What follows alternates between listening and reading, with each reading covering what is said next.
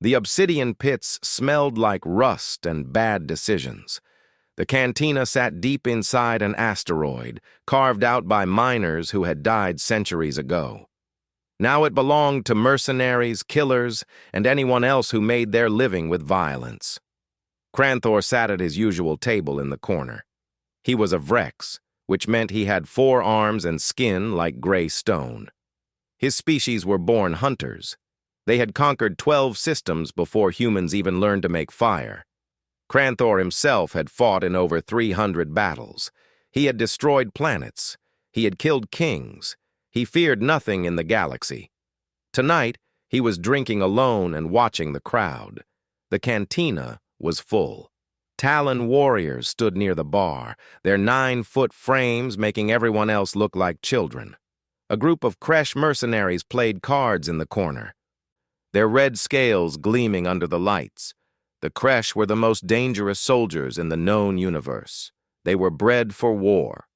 Their DNA had been changed and improved for 2,000 years. They never lost battles. At least, that used to be true. The door opened and Velthar walked in. He was a consortium lord, which meant he was rich and thought everyone should care. His purple robes cost more than most ships. Guards followed him, but they looked nervous. Smart guards were always nervous in the obsidian pits. Velthar walked to the center of the room and waited. Slowly, the noise died down. Mercenaries turned to look at him. Some were curious. Most were annoyed. "I have a contract," Velthar announced. His voice was high and proud. "A simple raid, a colony ship with minimal defenses.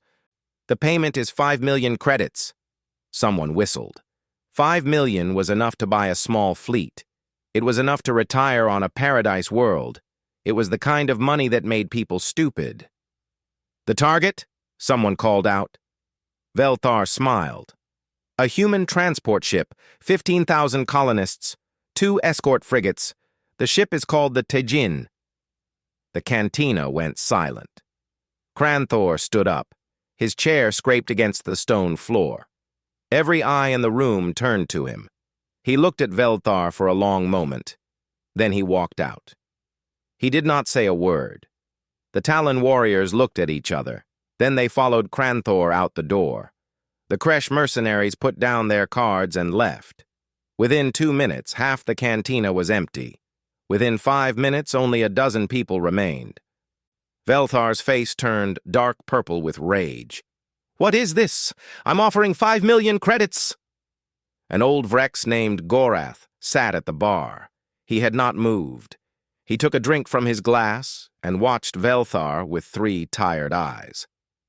"You," Velthar said, pointing at Gorath. "Why did they leave? Are they cowards?" Gorath laughed. It was not a happy sound. "Cowards. Cranthor once destroyed a moon colony for 2 million credits. The Kresh over there fought the entire Talon fleet and won. Those warriors you called cowards have killed more people than your entire world has ever borne." "Then why?" "Because we want to live long enough to spend our money," Gorath said. He set down his glass. "Because attacking humans is suicide." Velthar walked over to the bar. His guards stayed close, but even they looked worried now. "Explain." Gorath sighed. He had told this story before. Too many young fools came to the obsidian pits thinking they were brave. Too many of them wanted to prove themselves. And too many of them thought humans were easy targets. 30 cycles ago, Gorath began, the Kresh Dominion decided to expand their territory. They found a human mining outpost on a dead moon. 40 miners, no military presence, no weapons systems, just miners pulling ore from rock. And the Kresh sent 3 warships, top of the line, the best warriors in the galaxy. They surrounded the mining station and demanded surrender. Velthar waited. The humans sent one message back, just 5 words. "You have made a mistake." Gorath took another drink. The Kresh thought it was funny. They started their attack. But something happened. The humans had already sent a distress signal, a special kind of signal. What kind? The kind that brings the ghosts. Velthar frowned. What are ghosts? Human soldiers. Not regular soldiers. Special ones. Gorath's voice dropped lower. Humans are peaceful, you understand? They like talking. They like trading. They like making friends. But when you attack their people, they send the ghosts. 3 warships against 40 miners, Velthar said. The outcome is obvious. You're right, Gorath said. The outcome was obvious. 2 hours after the attack started, all 3 Kresh warships went silent. A human ship arrived 6 hours later to pick up the miners. All 40 were alive and safe. They had hidden in the deep tunnels. And the Kresh? Gorath met Velthar's eyes. Gone. Every single one. 3 warships. 2,000 Kresh warriors. The best soldiers their species ever created. All dead. How? The ghosts killed them. Gorath's voice was flat. They boarded the ships. They went through those warships like fire through dry grass. The Kresh had armor that could stop plasma weapons. The ghosts tore through it with their hands. The Kresh had combat drugs that made them faster and stronger. The ghosts were faster and stronger still. The Kresh had 2,000 years of military pride. The ghosts had something worse. What? Determination. Gorath finished his drink. Humans don't fight to win battles. They fight to end threats, completely, permanently. They don't take prisoners when you attack their civilians. They don't negotiate. They don't show mercy. They teach lessons that entire species remember for generations. Velthar was quiet for a moment. Then he laughed. You believe ghost stories? Propaganda? I'm offering real money for a simple raid. Then do it yourself, Gorath said. He stood up from the bar. I've killed thousands of people across 100 worlds. I've done terrible things for money. But I'm still here because I know one truth that keeps me alive. What truth? Every species in this galaxy will fight you. Some will fight harder than others. Some will fight smarter. Some will fight meaner. But only one species will hunt you across the stars, spend any amount of time and money, and destroy everything you ever loved to make sure you never threaten them again. Gorath walked toward the door. That species is human, so keep your 5 million credits, Consortium Lord. I'd rather be poor and alive than rich and dead. He left. The cantina was nearly empty now. Velthar stood there, his purple robes looking foolish in the dim light. His guards whispered to each other nervously. One of the remaining mercenaries, a young Talon, stood up. I'll take your contract. Velthar smiled. Finally, someone with courage. Gorath, who was almost to the door, stopped. He looked back at the young Talon. There was something like sadness in his 3 eyes. Courage and stupidity look the same, he said quietly, until the fighting starts. Then he was gone, disappearing into the dark corridors of the asteroid. Velthar began gathering his crew. Within an hour, he had 18 ships. They were desperate criminals, naive newcomers, and fools who thought money was worth any risk. They prepared their weapons and plotted their course. Far away, the human colony ship Taiyajin moved quietly through space. 15,000 families slept in their quarters, dreaming of their new home. They did not know that death was coming for them, but they didn't need to know, because the humans had ghosts, and the ghosts never slept. The colony ship Taijin was 3 months into its journey. 15,000 people called it home now, living in small apartments that would be their world until they reached their destination. Children went to school in the education decks. Adults worked jobs that kept the massive ship running. It was a small city floating through the stars. Dong-hyun sat in the engineering section, watching screens full of numbers. He was the chief engineer, which meant he worried about things like oxygen recyclers and power cores and waste management. Boring work, but important. He had been doing it for 12 years. The proximity alarm started beeping. Dong-hyun frowned. They were in deep space, far from any trade routes. There shouldn't be anything out here. He checked the sensors twice, then 3 times. Then he reached for the communications panel. "Bridge, this is engineering. We have 18 ships on approach. Unknown configuration." The response came immediately. It was Captain Hyejin. Her voice was calm, like always. "Confirmed. Battle stations. This is not a drill." Throughout the Taijin, lights changed from white to red. People stopped what they were doing. Parents grabbed their children. Teachers moved students to safe rooms. Everyone had practiced this. Everyone knew what to do. On the bridge, Captain Hyejin sat in her chair and watched the screens. She was 53 years old. She had gray hair and a calm face. She had been in the colonial fleet for 30 years. She had seen many things. "Yunji, hail them," she said. The young communications officer nodded.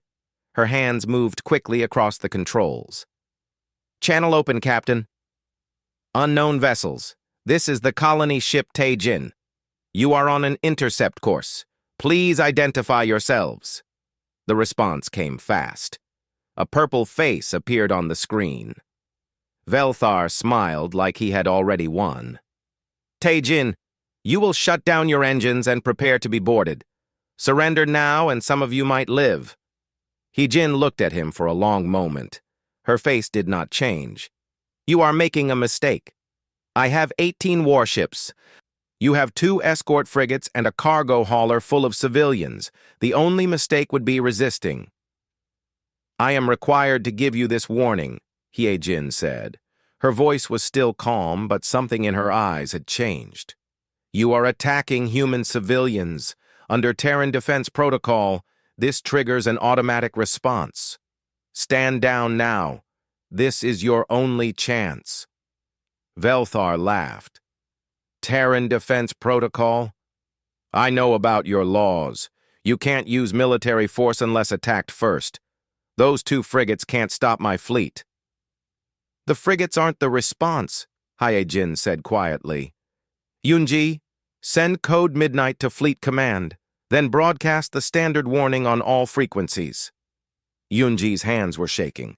She was only 24 years old. This was her first real emergency, but she did her job.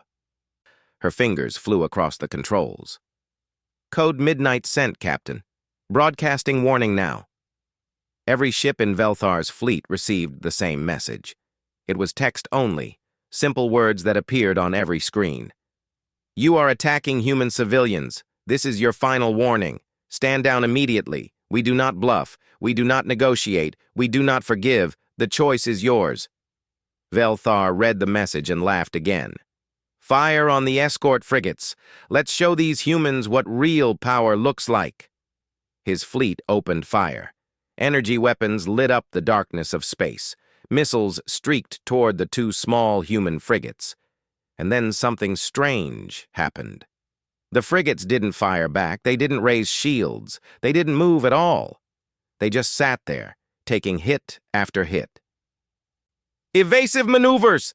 someone on Velthar's flagship shouted. "Multiple small objects incoming!" On the Taijin's bridge, Dong Hyun had come up from engineering. He stood next to Hyejin and watched the screens. "Boarding pods deployed. Time to contact. 15 seconds. "How many?" Hyejin asked. "All of them." Velthar watched his screens in confusion. Small pods were attaching to his ships. Dozens of them. They moved fast. Faster than any boarding pod should be able to move. His crew was good. They should have been able to shoot the pods down. But the pods were too quick, too small, too perfectly aimed. "Security teams to all breach points," Velthar ordered. "Repel boarders." On his flagship, Talon guards ran to the hull breaches. They were 9 feet tall, covered in armor, carrying heavy weapons. They were professionals. They had done this hundreds of times. The first pod cut through the hull. A circular hole appeared, glowing red from the heat. The Talon guards raised their weapons and waited.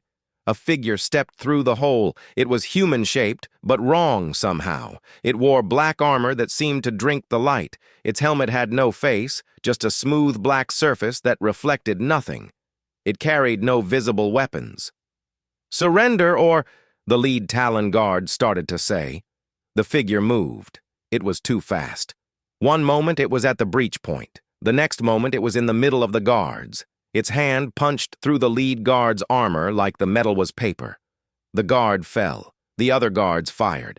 Energy bolts filled the corridor. The figure dodged some shots. Others hit its armor and did nothing. In 6 seconds, all 8 Talon guards were down.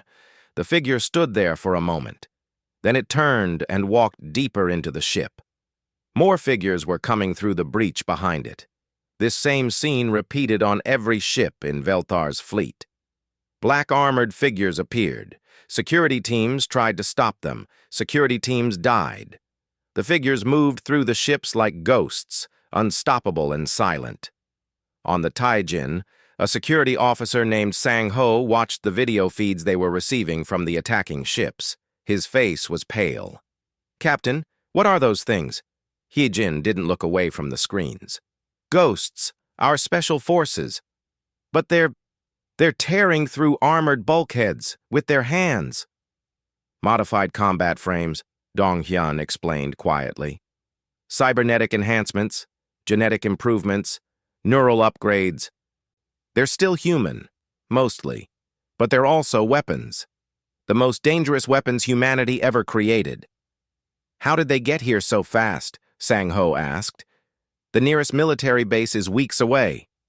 "They were already here," Hyejin said. "The 2 frigates weren't escorts. They were ghost carriers. When we left Earth, they followed us. Silent. Hidden. We didn't even know they were there." "Why?" "Because every human colony ship gets a ghost escort. We don't advertise it, we don't talk about it. But they're always there. Watching, waiting." She looked at Sang-Ho. "This is what happens when someone attacks human civilians." On Velthar's flagship, alarms screamed. "Engineering section breached," someone shouted. "They're heading for the core." Velthar ran to the bridge. "All ships, emergency jump. Get us out of here." "We can't," his pilot shouted back. "They've disabled the jump drives on all vessels. We're trapped." Velthar felt real fear for the first time. He pulled up the security feeds. Black-armored figures walked through his ships. His guards couldn't stop them. His blast doors couldn't slow them. His best warriors lasted seconds against them. 12 ships have gone silent, his sensor operator reported. No life signs, no power. They're dead in space. "How many of these things are there?" Velthar demanded. "Unknown. Sensors can't track them properly, but based on the number of breaches, hundreds, maybe thousands." Velthar grabbed the communications console. "Taijin! Captain Hyejin! I surrender! Call them off!" Hyejin's face appeared on the screen. She looked sad. "I gave you a chance to surrender. You chose to attack civilians instead. Now it's not my decision anymore. Please, we made a mistake. We'll leave." "You don't understand," Hyejin said softly. "The ghosts don't answer to me. They don't answer to Earth Command. They don't answer to anyone except the mission. Protect human civilians. You attacked civilians. The ghosts will complete their mission. Nothing can stop them now. Not me, not you, not anyone." The screen went dark. Velthar looked around his bridge. His crew stared at him with terrified eyes. The sounds of fighting echoed through the corridors, getting closer. "All hands! Abandon ship!" Velthar shouted. "Get to the escape pods!" He ran. His guards ran with him. Behind them, the sounds of metal tearing and people screaming filled the ship. Velthar reached the pod bay and threw himself into an escape pod. He slammed the launch button. The pod shot away from his flagship. Through the small window, he watched his beautiful ship drift in space. Lights flickered and died. Explosions bloomed inside. And all around it, 17 other ships suffered the same fate. Then he saw the 2 human frigates. They weren't damaged at all. The attacks had done nothing to them. They just floated there, watching. Velthar's pod tumbled through space, taking him away from the battle. He was alive. But as he watched his fleet die behind him, he understood what old Gorath had tried to tell him. Humans were peaceful. They liked talking. They liked making friends. But when you attacked their people, they became something else, something terrifying. The Taijin's observation deck was quiet. Families gathered there to watch the stars. But tonight it was nearly empty. Only a few people stood at the windows, watching the dark shapes floating in the distance. Dead ships. Velthar's fleet. Yunji stood there alone. She couldn't sleep. Every time she closed her eyes, she saw the video feeds, the black-armored figures, the guards falling, the screams over the communication channels before they went silent. "You did your job well today." She turned. Captain Hae-jin stood beside her. The older woman looked tired. "I sent the warning," Yunji said quietly. "They didn't listen. They never do." Hae-jin looked out at the dead ships. "The first time I saw a ghost operation, I was your age, 24, fresh out of the academy. I was on a patrol ship when pirates attacked a human mining station." "What happened?" "The same thing that happened today. We sent the warning. The pirates laughed. Then the ghosts came." Hae-jin was quiet for a moment. "I threw up afterwards. Couldn't eat for 2 days. Couldn't stop shaking." "Does it get easier?" "No. It gets familiar. That's worse." Hae-jin turned away from the window. "Get some rest, Yunji. Tomorrow will be busy."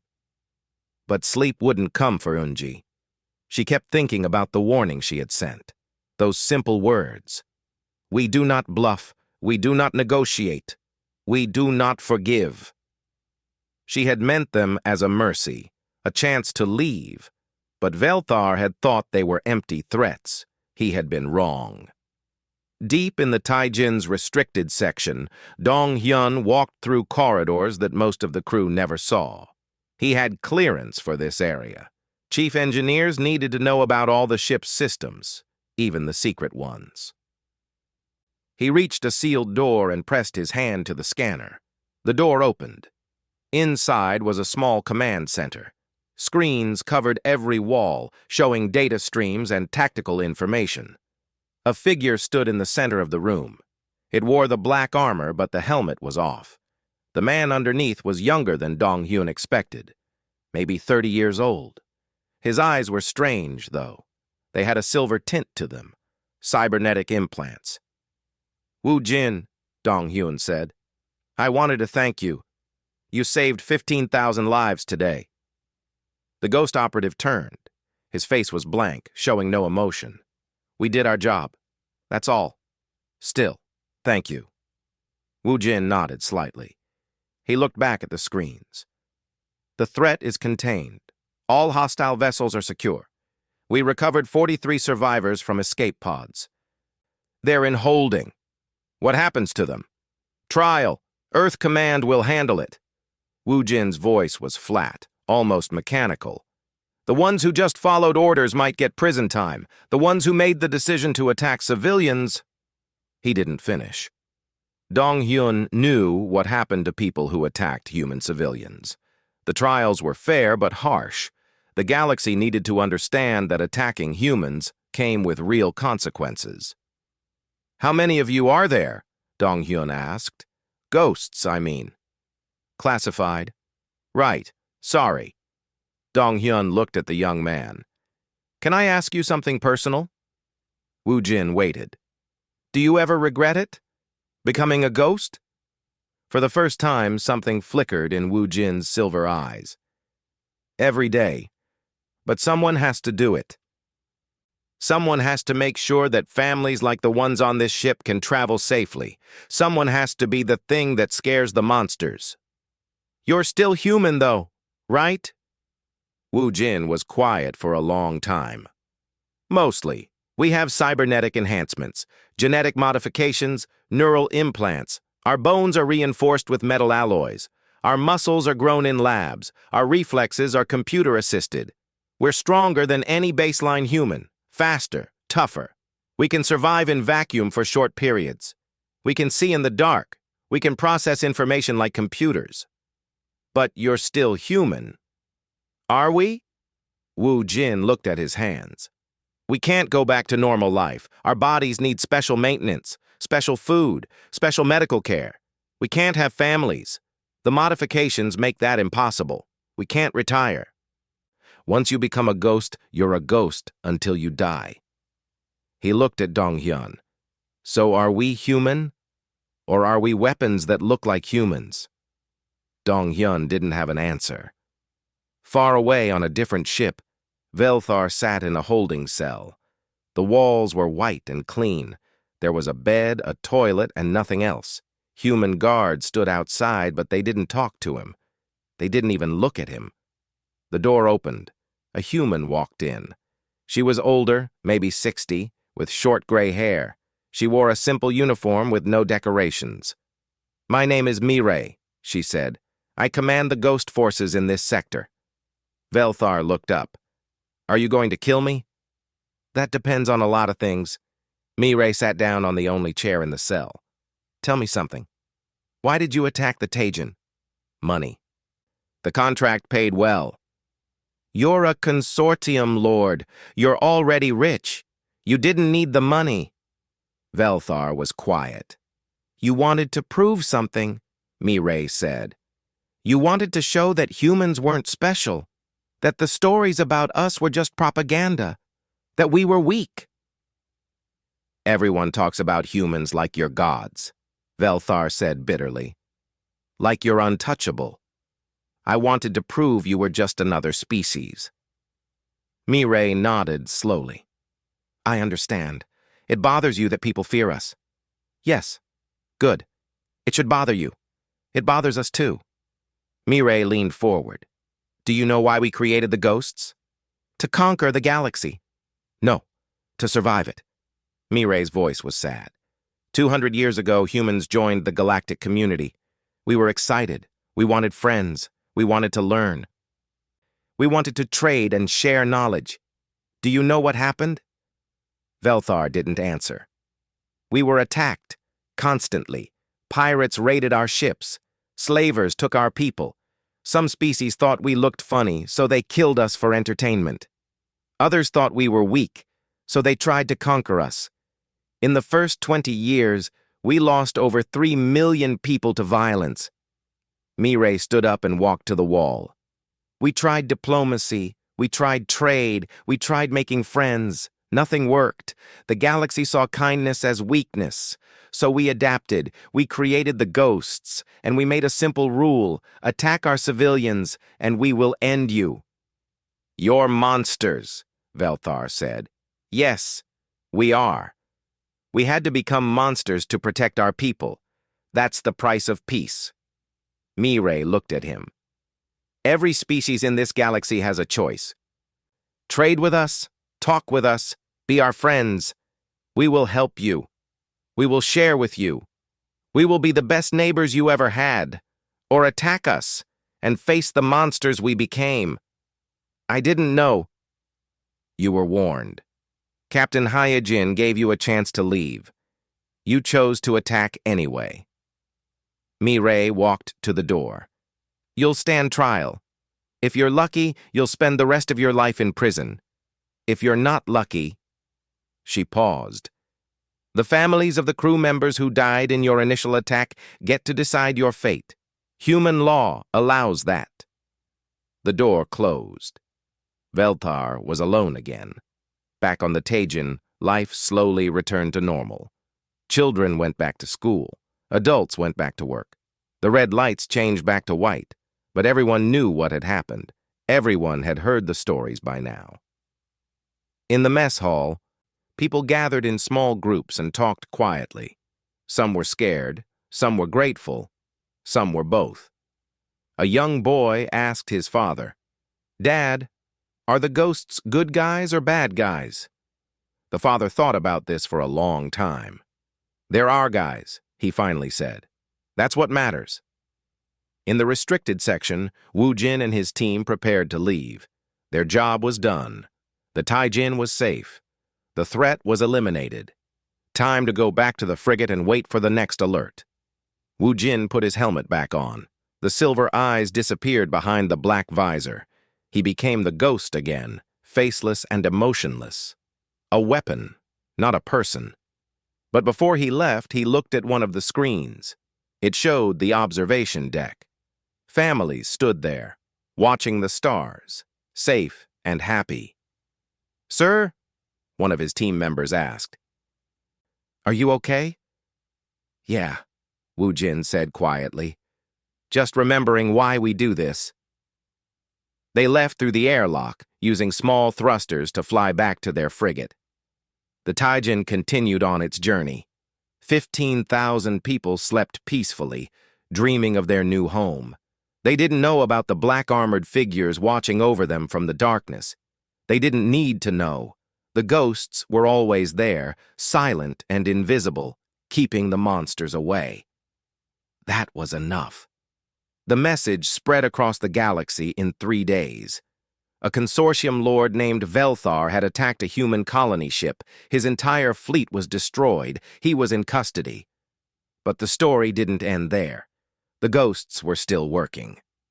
Senator Krath sat in his office on the consortium homeworld. He was important and powerful. He had served in the government for 40 years. He owned 3 mansions and a private fleet. He thought he was untouchable. His desk screen beeped. A message appeared. It was from Velthar, sent 2 weeks ago before the attack.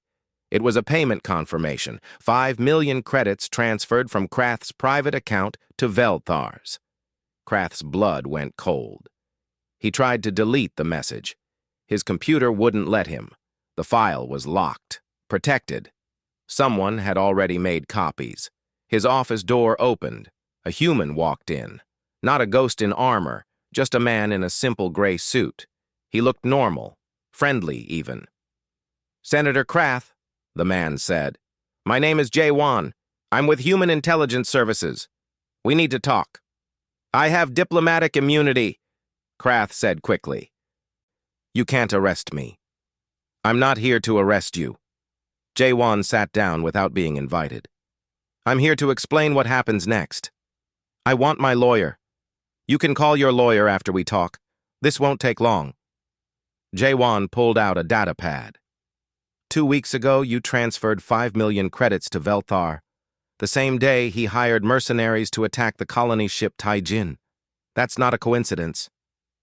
I was investing in a business venture. We have your communications. All of them. Every message, every call, every meeting. We know you paid for the attack. We know you authorized it. We know you profited from similar attacks in the past. Krath felt sick. "How did you—" "We're very good at finding information." Jae-won's voice was calm and friendly, which somehow made it worse. "Here's what's going to happen. Tomorrow, this evidence will be delivered to the Consortium Justice Ministry. They will open an investigation. You will be arrested. You will stand trial. The Consortium will protect me. I have friends. Your friends are abandoning you right now. We've sent them the same evidence. They know that being connected to you means being connected to an attack on human civilians. No one wants that association." Krath stood up. "You can't do this. I have diplomatic immunity. The treaty protects you from human courts," Jae-won agreed. "It doesn't protect you from consortium courts, and it definitely doesn't protect you from losing everything you have." He stood up as well. "Your assets are being frozen. Your accounts are being audited. Your business partners are canceling contracts. By this time tomorrow, you'll be broke and in jail. This is illegal." "Actually, it's perfectly legal. We're just sharing information with the proper authorities." Jae-won walked to the door. "You helped attack human civilians, Senator. You thought your money and position made you safe. You were wrong." He left. Krath stood alone in his office, feeling the walls close in. On a space station in the neutral zone, a crime lord named Gresh counted his money. He had made a fortune helping Velthar arrange the attack. He had provided ships, weapons, and crew. It had been good business. Until tonight. His guards started screaming. Gresh looked at the security cameras. Black armored figures were walking through his station, not running, not rushing, just walking, like they had all the time in the world. His guards fired weapons. The figures didn't slow down. His blast doors sealed. The figures cut through them like paper. His best warriors charged them. The warriors died. Gresh ran to his escape ship. His hands shook as he started the engines. The ship's door was closing when a black-armored hand caught it. The door stopped. Metal groaned. A ghost pulled the door open and stepped inside. Gresh pulled out a plasma pistol and fired. The shot hit the ghost's chest armor and did nothing. The ghost took the weapon from Gresh's hand. Not roughly, almost gently, like taking a toy from a child. "Gresh," the ghost said. The voice came through a speaker in the helmet. It sounded human, but empty. "You provided resources for an attack on human civilians. You have two choices. I'll give you anything. Money, information, anything. Choice 1. Surrender now. Stand trial. Accept punishment. Live. Yes, I surrender. Choice 2. Resist. Die. Everyone who works for you also dies. Your organization is erased from existence." Gresh dropped to his knees. "I choose surrender. Please." The ghost pulled out restraints. "Smart choice."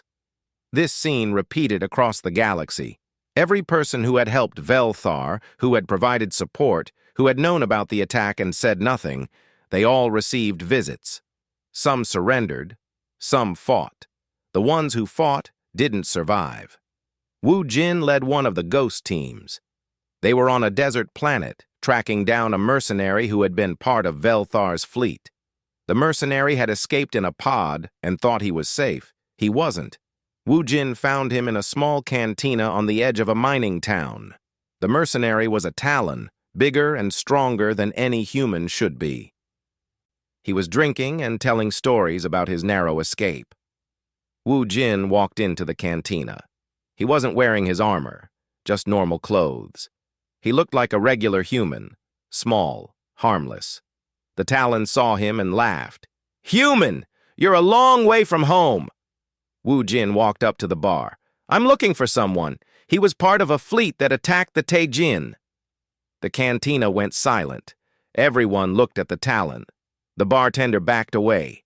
The Talon stood up. He was 9 feet tall, muscles like steel cables. "What if I was part of that fleet? What's a little human going to do about it?" Wu Jin turned to face him. "I'm giving you a chance to surrender. Come with me peacefully. Stand trial. Accept justice." The Talon laughed again. He reached for Wu Jin. Wu Jin moved. His hand shot out and grabbed the Talon's wrist. He twisted. The sound of breaking bone echoed through the cantina. The Talon screamed. "I'm not a regular human," Wu Jin said quietly. "I'm a ghost, and you attacked our civilians." The Talon fell to his knees, holding his broken arm. "I surrender! I surrender!" "Good choice." Wu Jin pulled out restraints. "Anyone else in here part of that fleet?" The cantina emptied in seconds. Only the bartender remained, pressed against the back wall. "Thank you for your cooperation," Wu Jin said to him. Then he led the Talon outside, where his team was waiting. Across the galaxy, the net tightened. Every person involved in the attack was found. No one escaped. It didn't matter where they hid. It didn't matter how far they ran. The ghosts were patient. The ghosts were thorough. The ghosts never stopped.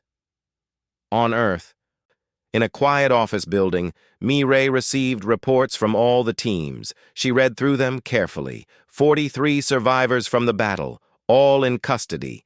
Senator Krath arrested by consortium authorities. Crime Lord Gresh surrendered. 12 other facilitators captured. 3 killed while resisting. Every thread of the conspiracy was being pulled. Every person who had helped was being held accountable. This was the part that the galaxy didn't understand about humans. It wasn't just about winning battles. It was about making sure the lesson was clear. Attack human civilians, and everything you are will be dismantled. Your money won't save you. Your position won't protect you. Your friends will abandon you. Your organization will collapse, and you will face justice, no matter how long it takes. Mirai's assistant, a young woman named Bo-Ra, brought her coffee. Ma'am, some of the other species are complaining. They say we're being too aggressive, that we're hunting people across sovereign territory. Let them complain, Mirai said. We're not breaking any laws. We're sharing information with local authorities. We're making legal arrests. We're following proper procedures. But the ghosts are operating within their legal mandate, protecting human civilians and responding to direct threats. Mirai took a sip of coffee. The galaxy doesn't like it when we flex our muscles. They prefer us to be nice and friendly and harmless. But they also need to remember that we can do this, that we will do this, every single time. Do you think it works? The deterrent? Mirai looked out the window. Look at the data. Attacks on human civilians have dropped 97% since we created the ghosts. Pirates avoid human ships. Slavers skip human colonies. Even wars between other species avoid human territory. She turned back to Bo-Ra. Yes, it works. Fear works. We hate that it does. We hate being the scary ones, but it keeps our people safe. Is it worth it? Ask the 15,000 people on the Tajan. Ask their children. Ask the families who didn't lose loved ones today. Mirai's voice was firm. We do terrible things so that good people can sleep safely. That's the job. That's the price. In his cell, Velthar watched the news feeds. Every day brought more arrests, more of his network exposed, more people betraying him to save themselves. His careful plans were falling apart. The door opened. Wu Jin walked in. He wasn't wearing his helmet. Velthar could see his face, young, human, the silver eyes that marked him as a ghost. You destroyed everything I built, Velthar said. You built it on violence, Wu Jin replied. This is what happens when you attack humans. I just wanted to prove you weren't special. We're not special. We're just committed. Wu Jin sat down. You attacked 15,000 civilians. Did you think we would forget? Did you think we would forgive? Did you think there wouldn't be consequences? I thought I could win. Everyone thinks that. They all learn the same lesson. Wu Jin stood up to leave. Your trial starts tomorrow. I hope it was worth it. He left Velthar alone in the white cell, waiting for justice. 6 months passed. The galaxy moved on, but it didn't forget. The obsidian pits looked the same as always, dark corridors carved into dead rock, the smell of rust and bad decisions, mercenaries gathering to find work and spend blood money. But something had changed. A young captain walked into the cantina. His name was Court. He was Talon, which meant he was big and strong and thought he was tough. He had just bought his first ship with money from his last job. He was looking for his next contract. He walked to the bar and ordered a drink. The cantina was busy tonight. Vrex hunters sat in corners. Kresh soldiers played cards. Everyone looked dangerous. Everyone looked mean. Court liked it. This was his kind of place. I'm looking for work, he announced loudly. Big jobs, dangerous jobs. I don't care what it is. If the money's good, I'm in. A few heads turned. Most ignored him. Young captains came here all the time, full of pride and empty of sense. I'm thinking of raiding a human mining ship, Court continued. I heard they're easy targets, soft, weak. Anyone want to join me? The cantina went silent. People started leaving, not running, just standing up, finishing their drinks and walking out. Within a minute, half the room was empty. Court looked around, confused. What's going on? Only one person remained at the bar, old Gorath, the Vrex who had been there for decades. He took a long drink and sighed. Sit down, kid, Gorath said. I don't want to sit. I want to know why everyone's leaving. They're leaving because you just said the stupidest thing anyone can say in this place. Gorath gestured to a chair. Sit. I'm going to tell you a story. If you're smart, you'll listen. If you're stupid, you'll ignore me and die. Your choice. Court sat down slowly. 6 months ago, Gorath began, a consortium lord named Velthar came to this cantina. He offered 5 million credits for a simple raid, a human colony ship with minimal defenses. Easy money, he said. What happened? Everyone left, just like they did tonight. But Velthar was like you, young, stupid, too proud to listen. He found desperate people willing to take the job. 18 ships, good crews, strong weapons. Gorath's 3 eyes looked sad. All 18 ships were destroyed. Every single person aboard them either died or was captured. Velthar is in prison now. He'll be there for the rest of his life. And that's if he's lucky. 18 ships against 1 colony transport? The humans have ghosts, special soldiers, modified, enhanced, unstoppable. Gorath leaned closer. Listen carefully, because this is important. Every species in this galaxy will fight you. Some fight harder than others, some fight smarter, some fight meaner. But only humans fight to make sure you never fight anyone again. Ever. That's just propaganda. Senator Krath thought the same thing. He helped fund Velthar's attack. He was powerful, rich, protected by diplomatic immunity. The humans found him anyway. They didn't kill him. They didn't need to. They gave all the evidence to his own government. Last I heard, he's in a consortium prison, broke and abandoned by everyone he knew. Gorath stood up. Crime Lord Gresh helped arrange the attack. The ghosts walked through his fortified station like it was made of paper. He surrendered. He's in prison, too. But I'm just talking about a mining ship.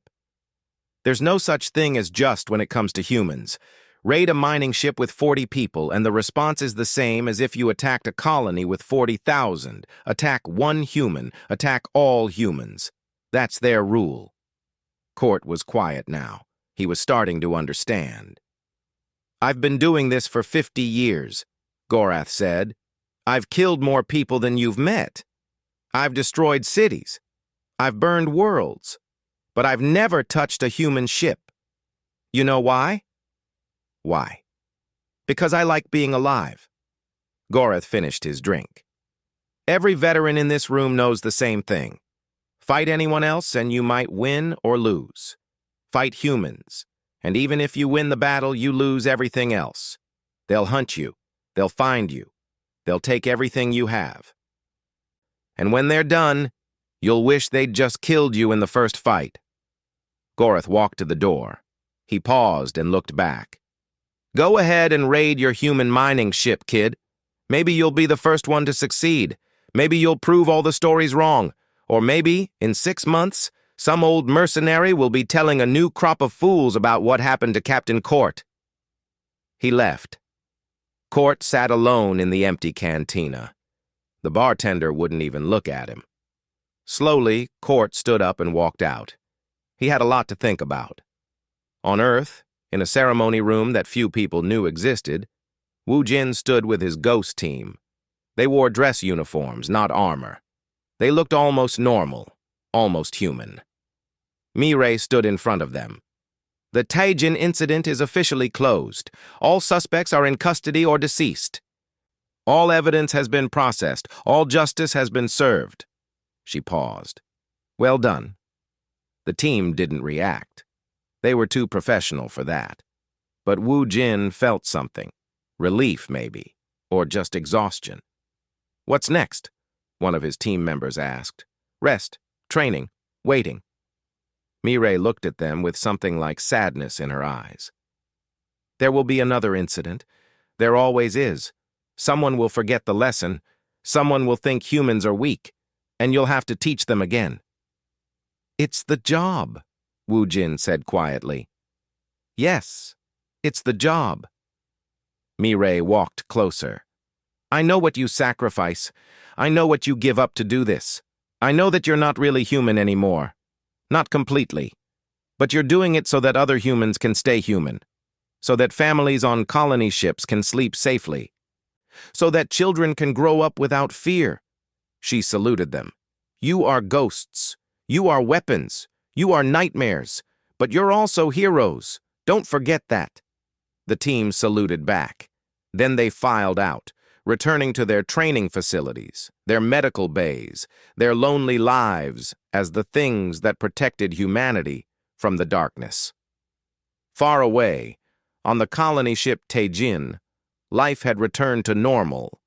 The ship was only a few weeks from its destination now. Families prepared for their new life. Children practiced the skills they would need. Everyone was excited. Yoonji sat at her communications station on the bridge. She monitored routine traffic, trade ships passing nearby, weather updates from the colony world. Normal, boring work. She liked boring. Boring meant safe. Captain Hee-jin sat in her command chair, reading reports. "We'll arrive in 16 days, she said. "Everything is on schedule." "Captain," Yoonji asked, "do you think it will happen again? Another attack?" "Probably not in our lifetime. Word spreads fast. Every species knows what happened to Velthar now." Hye-jin looked up from her reports. "But eventually, yes. Someone will forget. Someone will think they're special. Someone will test us. And the ghosts will respond. Yes, that's their purpose." Hye-jin's expression was complicated. "We created them to protect us. And they do. But I wonder sometimes what price we pay for that protection." "What do you mean?" "The ghosts aren't really human anymore. They've given up everything to become our shields. Their humanity, their futures, their lives. Is it fair? Is it right? I don't know." Hye-jin shook her head. "But I'm glad they're there. And I'm glad we don't need to think about them unless something goes wrong." 16 days later, the Taejin arrived at its destination. A beautiful planet with blue oceans and green continents. 15,000 people disembarked, ready to build a new home. As they set foot on the new world, none of them knew about the 2 frigates that had followed them the entire journey. The ship stayed hidden, cloaked in the darkness of space. Inside those frigates, ghost teams watched the colonists celebrate. Woo Jin stood at an observation window, his helmet off, watching families hug and children run in the grass of the new world. "Do you ever want that?" one of his teammates asked. "A normal life?" "Every day," Woo Jin admitted. "But I can't have it. None of us can. We're too changed, too modified, too broken." He watched a little girl pick flowers while her parents watched. But they can have it. That family, those children, they get to live normal lives because we gave up ours. Is it worth it? Woo Jin was quiet for a long time. "Ask me when I'm dying. If I can look back and know that I kept people safe, that I protected families, that I made sure children could grow up in peace." He nodded slowly. "Then yes, it's worth it." The frigate's engines hummed to life. The ghost ships left the colony world behind, disappearing into the black, back to the shadows, back to the silence, back to waiting for the next threat. On the Galactic Council station, Human Ambassador Tae-min stood before the assembled representatives. He was a calm man with a friendly face. He smiled easily. He made jokes. Everyone liked him. Today, he was answering questions about the Taejin incident.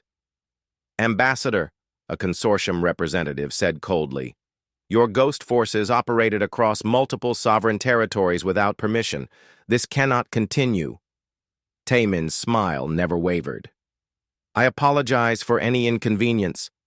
However, I must remind the Council that every operation was conducted legally. We shared intelligence with local authorities. We made arrests within proper jurisdictions. We followed all treaties and laws. Your ghosts are a threat to galactic peace.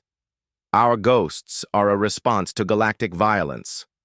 Taemin's voice remained friendly, but something hard entered his eyes. "For 200 years, humans have been attacked, enslaved, murdered. We tried diplomacy, we tried trade, we tried being nice. None of it stopped the violence. He looked around the council chamber. So we adapted. We created a deterrent.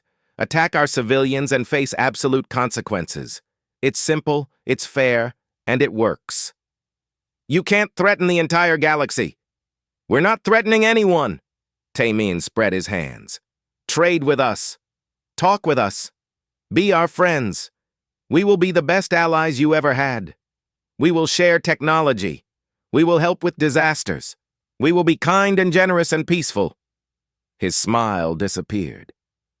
But if you attack our people, if you harm our civilians, if you think humanity is weak because we prefer peace, he paused. Then you'll learn what the killers already know, that attacking humans isn't just dangerous, it's a death sentence. The council chamber was silent. Taemin's smile returned.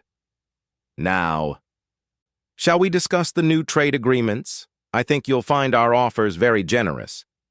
The meeting continued, business as usual, friendly and diplomatic and peaceful. But everyone in that chamber understood the message. Humanity had learned to be kind, but they never forgot how to be lethal. And across the galaxy, in dark cantinas and mercenary dens, the story spread. The legend grew. The lesson was taught again and again. Even the killers said no, because attacking humans was a death sentence.